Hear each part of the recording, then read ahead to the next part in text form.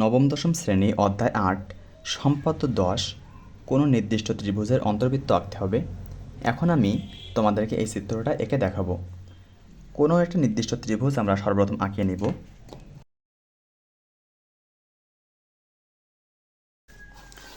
এর নাম দিলাম এ বি সি। তারপরে আমি যে কোনো দুইটা কোণকে সমদ্বিখণ্ডিত করব। ধরলাম আমি বি কোণ আর সি কোণকে সমদ্বিখণ্ডিত করতেছি। প্রথমে যদি বি কোণকে সমদ্বিখণ্ডিত করি, তাহলে প্রথমে একটা এখানে বৃত্তচাপ অঙ্কন করতে হবে। বি কোণের একটা বৃত্তচাপ অঙ্কন করতে হবে। বৃত্তচাপ অঙ্কন করার পর এই যে চাপ নিলাম, এই চাপের অর্ধেকের বেশি ব্যাসার্ধ আমার নিতে হবে।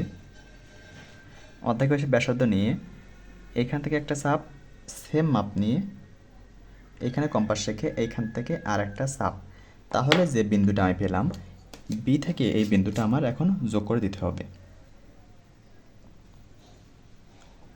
বি এটা আমি যোগ করে দিলাম এবং এটার নাম দিলাম বিএল। এখন সেমভাবে আমার সি কোণকেও সমদ্বিখণ্ডিত করতে হবে। সি কোণকে সমদ্বিখণ্ডিত করতে গেলে আমার একই নিয়ম। প্রথমে এটাকে আমি একটা বৃত্তচাপ অঙ্কন করলাম, তারপর অর্ধেকে বেশি ব্যাসার্ধ নেব, এখান থেকে একটা, আর সেম মাপ নিয়ে এখান থেকে আরও একটা। এখন সি থেকে আমি এটা যোগ করে দেব। এটার নাম দিলাম সি এম। বিএল এবং সি এম তারা পরস্পর মনে করি ও বিন্দু ছেদ করছে, এবং ও থেকে বিসি এর উপর আমি একটি লম্ব অঙ্কন করব। তাহলে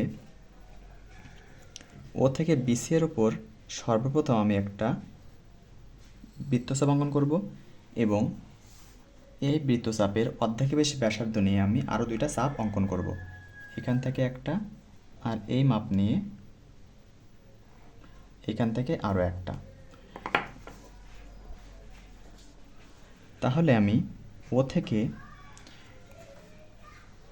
এই মাপ নিয়ে বিসি পর্যন্ত একটা রেখা অঙ্কন করলাম।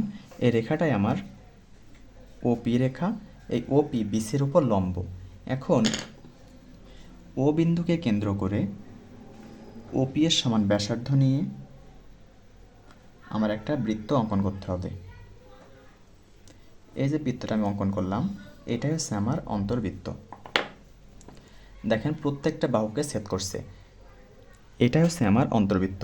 এই অন্তর্বৃত্ত যেভাবে আঁকালাম আমি, তোমরাও সেমভাবে আঁকাবা, তাহলে তোমাদের ভুল যাবে না।